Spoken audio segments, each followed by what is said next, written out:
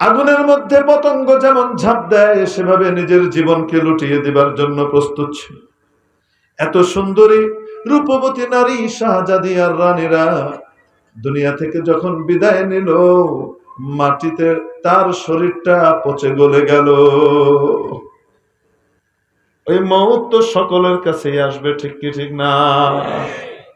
এজন্যে ছিলাম হলো নাপাক পানির ফোঁটা, এখন বহন করে কিছু নাপাক বস্তু। মৃত্যুর পরে হব পোকামাকড়ের খাবার। আমি আবার গর্ব করি, আমি আবার অহংকার করি, এটা কিভাবে মানানসই হয়?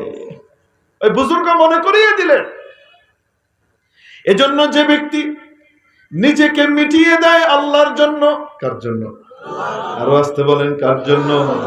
মান তাওয়াদা লিল্লাহ, আল্লাহর জন্য যে নিজেকে ছোট করে দেয়, রাফাহুল্লাহ, আল্লাহ তার মর্যাদাকে বাড়িয়ে দেন।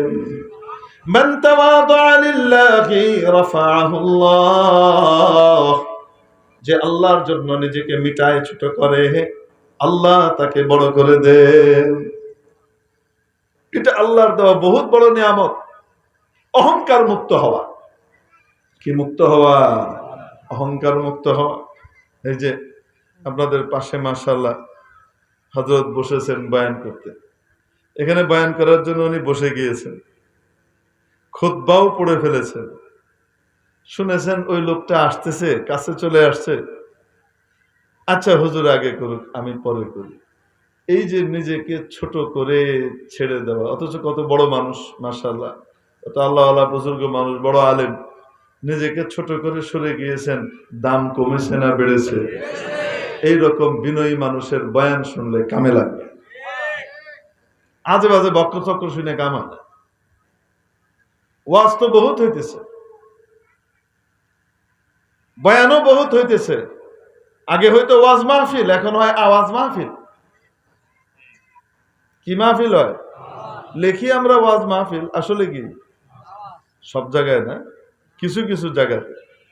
এজন্য কথা শুনতে হয় আমলওয়ালা মানুষের, যার কাছে বিনয় আছে, তাকওয়া আছে, আল্লাহর ভয় আছে, আল্লাহর মহব্বত আর ভালোবাসা আছে। এই ধরনের লোকজনের বয়ান শুনলে দিনের ভিতরে আসর করে। আজ দিল রেজাদ বড় দিল খেজাদ, দিল থেকে যা বের হয় দিলের মধ্যে গিয়ে হিট করে। দিল থেকে যা বের হয় দিলের মধ্যে গিয়ে হিট করে। বুঝাতে পারি নাই? মুখ থেকে যেটা বের হয় কান পর্যন্তই সীমিত থাকে, তারপরে আর দিলে ঢুকে না। ওয়াইজা বিস ইয়ারো লেকিন বা আমল আজ বস কে কম, ওয়াইজা বিস ইয়ারো লেকিন বা আমল আজ বস কে কম, দরগুলিস্তা লালাহা রোয়, দরগুলিস্তা লালাহা, দরগুলিস্তা লালাহা বিস ইয়ারো লে বাবু কে কম। আরে ওয়াইজ আর আলোচক তো বহুত আছে, কিন্তু আমলওয়ালা আলোচকের বড় অভাব। বাগান ভর্তি ফুল পাওয়া যায়, কিন্তু এমন ফুল যে ফুলের সুঘ্রাণে গোটা এলাকা মাতোয়ারা হয়ে যায়, মন মস্তিষ্ক সতেজ হয়ে যায়, এমন ফুলের বড় অভাব। ফুল তো অনেক আছে। ওয়াইজা খুদ জলওয়া বর মেহরাব মিম্বর মিকুনাদ, চৌবা খালওয়াত মিরাসাদ আকার দিগার মিকুনা। এই জন্য দোয়া চাই আপনাদের কাছে, আল্লাহ তাআলা যেন আমলওয়ালা আলোচক হবার তৌফিক দেন। কিয়ামতের দিন হাদিস শরীফের মধ্যে আসে, দেখা যাচ্ছে জাহান্নামের মধ্যে কিছু মানুষকে দেখবে জান্নাতীরা, এই ব্যক্তিদের পেট গুলার নাড়ি ভুঁড়ি সব বেড়ে গেছে জাহান্নামে, আর এইভাবে সে তার পেট আর আতুড়ি উজুরি এইভাবে টেনে টেনে ভিতরে আটকানোর আর ভরার চেষ্টা করতেছে। জান্নাত থেকে এই রকম জাহান্নামীদেরকে দেখে কিছু জান্নাতি বলবে, হুজুর আপনার এই অবস্থা কেন? আপনার বয়ান শুনেই তো আমরা এখানে আসছি, আপনার ওয়াজ শুনে, আপনার বয়ান শুনে, আপনার আলোচনা শুনে দ্বীনের উপরে এসে, ইসলামের উপরে এসে আমরা আমল করে জান্নাতে আসছি, আপনি ওইখানে কেন? আপনার এত ভয়ঙ্কর অবস্থা কেন? উত্তর দিবে, ওয়াজ তো করেছি, বয়ান তো করেছি, নিজে আমল করি নাই, এজন্য আমার বয়ান দিয়ে তোমরা চলে গেছো, আমি ভিতরে পড়ে গেছি। কিন্তু দোয়া চাই আল্লাহ তাবারক ওয়া তাআলা আমাদেরকে জন্য আমল ওয়ালা হওয়ার তৌফিক দান করুন। কিয়ামতের দিন যেন বেআমলের খাতায় নাম না আসে। মেরে মুহতারাম দোস্ত আজিজ ও বুজুর্গ, বলছিলাম শয়তান মিয়া ভিতরে ঢুকেছে, মনে আছে আপনাদের? আল্লাহ বানানোর পরে এবার আদমের ভিতরে কে ঢুকছে? শয়তান। শয়তান ঘুরে টুরে এসে বলে, ভিতরে তো সব ফাঁকা আর ফাঁপা দেখলাম, কিন্তু একটা জায়গা, এটা ভিতরে ঢুকতে পারলাম না, বুকের বাম দিকে একটা অংশ ঢুকতে পারলাম না। জানানো হলো এটা শুধু আমার, এটা আমার জন্য বানানো হয়েছে। আমার বান্দা যখন আমাকে স্মরণ করবে, আমাকে তার ভিতরে পাবে, ওই জায়গাতে অন্য কেউ ঢুকতে পারবে না। মেরে মুহতারাম দোস্ত আজিজ ও বুজুর্গ, আল্লাহ তাআলা আদম আলাইহিস সালামকে তৈরি করার পর যখন আদম আলাইহিস সালাম চলাফেরা শুরু করে দিলেন, ফেরেশতাদেরকে আদেশ করলেন সিজদা করো। আদমকে কি জানান? সবাই সিজদায় চলে গেল। ফাসাজাদাল মালাইকাতু কুল্লুহুম আজমাউন, সব ফেরেশতারা সিজদায় চলে গেলেন, একজনও বাদ নাই। এই ফেরেশতাদের ভিতরে একটা জিন ছিল। কি ছিল? আচ্ছা কোন তো দেখি, ডিসি সাহেব যদি কাউরে সম্মান করে আর সালাম জানায়, তাহলে তার নিচে ম্যাজিস্ট্রেট সাহেবকে বোঝে, কেউ কাউকে বললো ডিসি সাহেব, উনি কি করেন?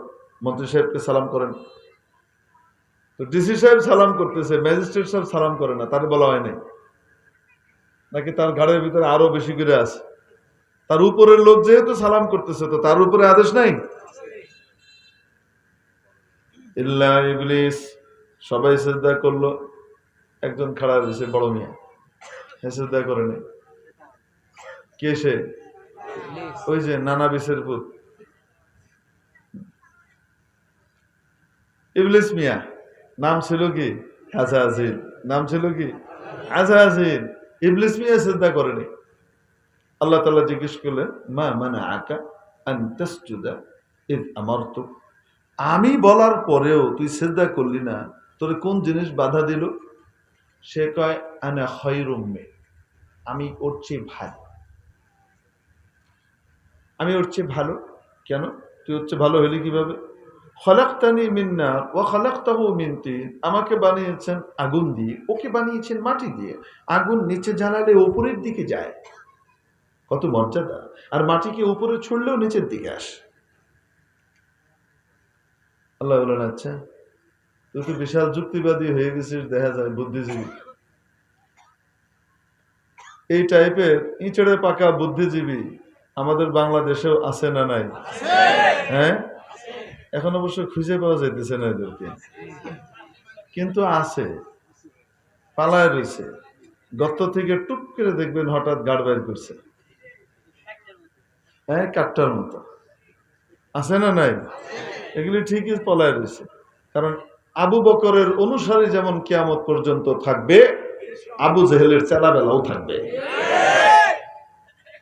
এই চড়ে পাকা। এদের মূল গুরু হলো ইবলিস। এদের মূল গুরু কে? ইবলিস।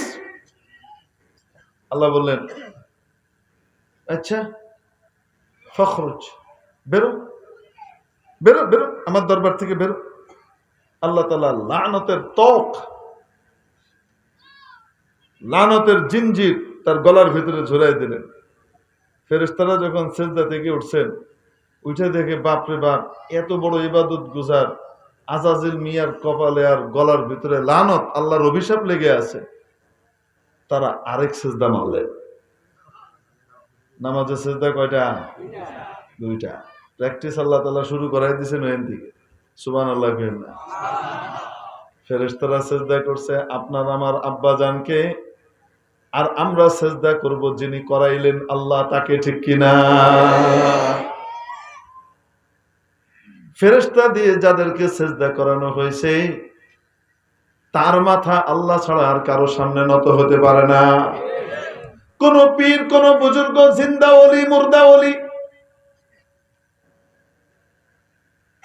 কোন কবরে কোন কিছুতে সিজদা করা হালাল না হারাম?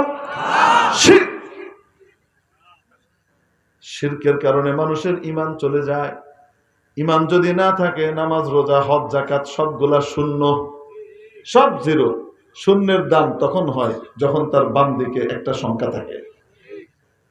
সংখ্যা ছাড়া কোটি কোটি শূন্য জঞ্জাল, সংখ্যার সাথে যখন শূন্য বসে এক একটাতে 10 গুণ করে বাড়তে থাকে। ঠিক কি ঠিক না? এই জন্য ঈমান সংখ্যার মতো। সাবধান, কোন শিরিক দিয়ে যেন আমাদের ঈমান ধ্বংস না হয়ে যায়। ইবলিস মিয়া সিজদা করলো না, অহংকার করলো। কি করলো?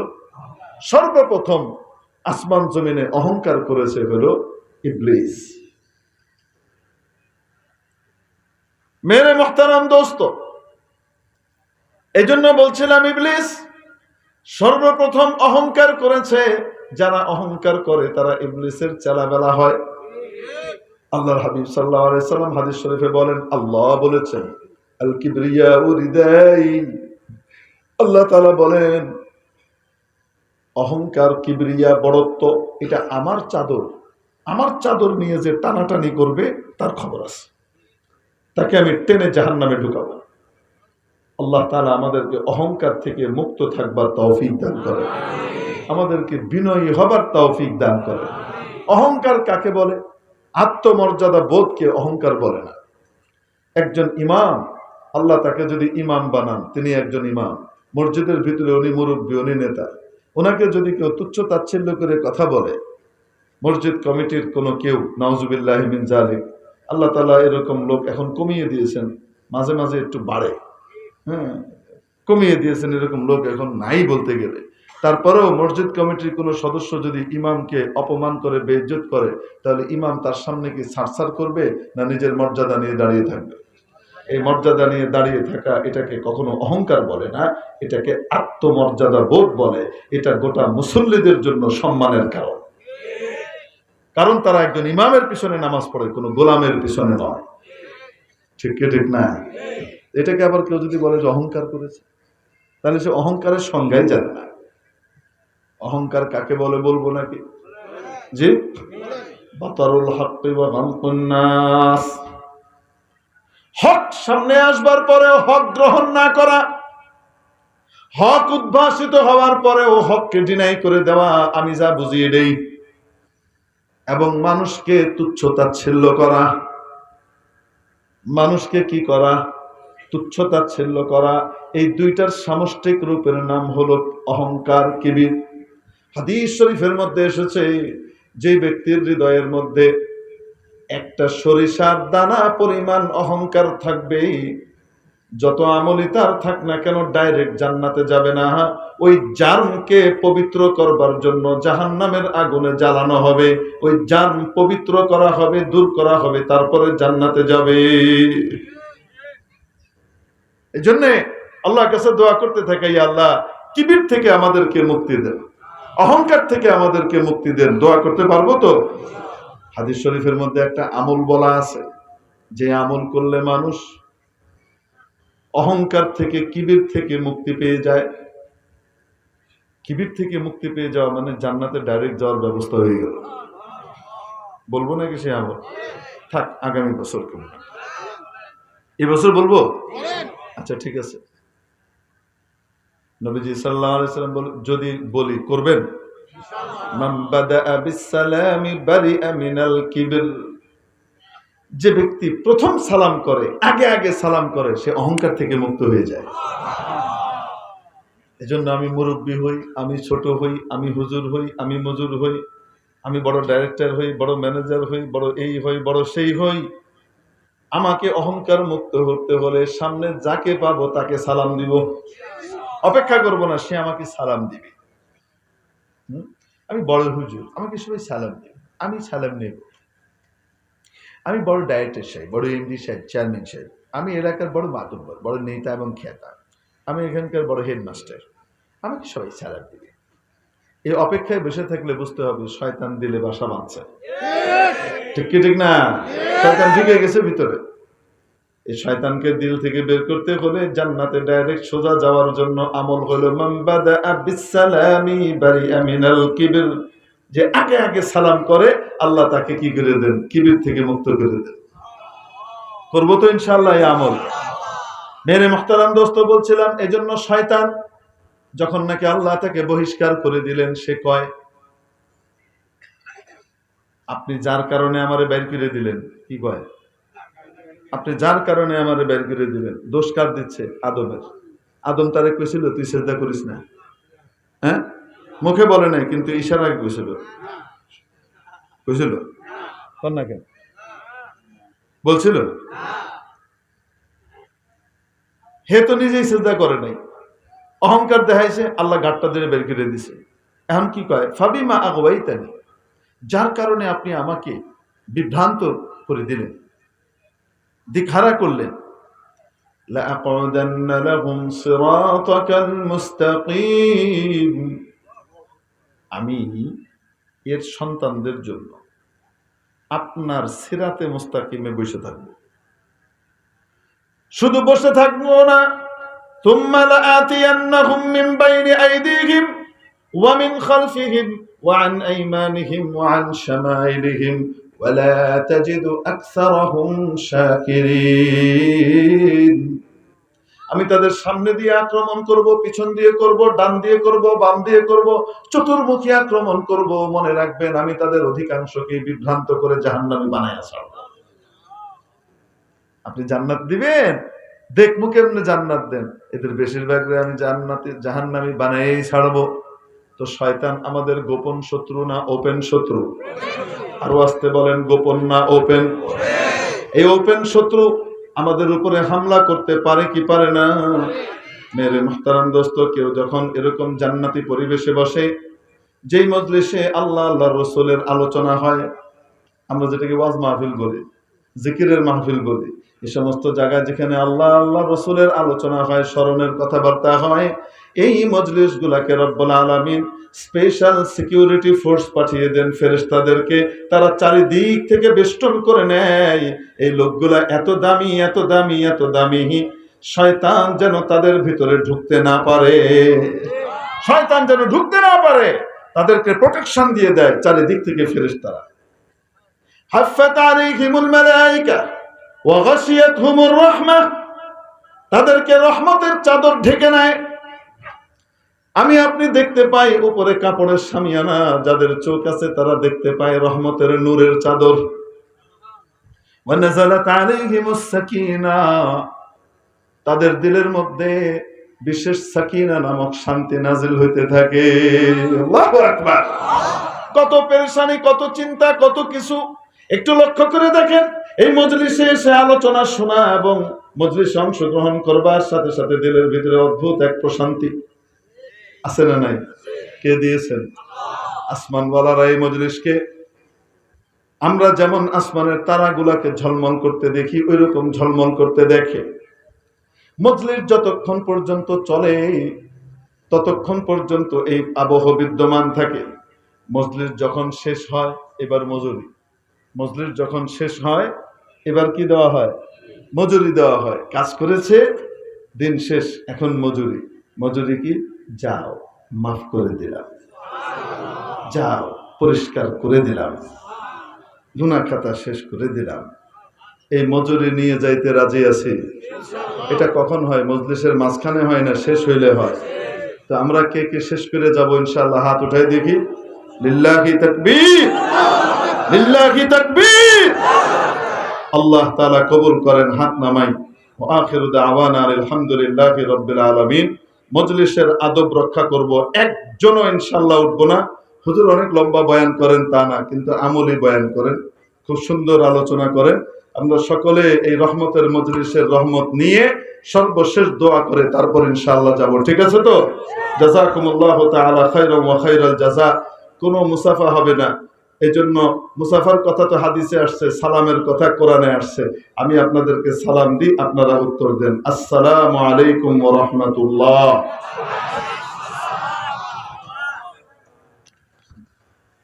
মাশাআল্লাহ, বারাকাল্লাহ।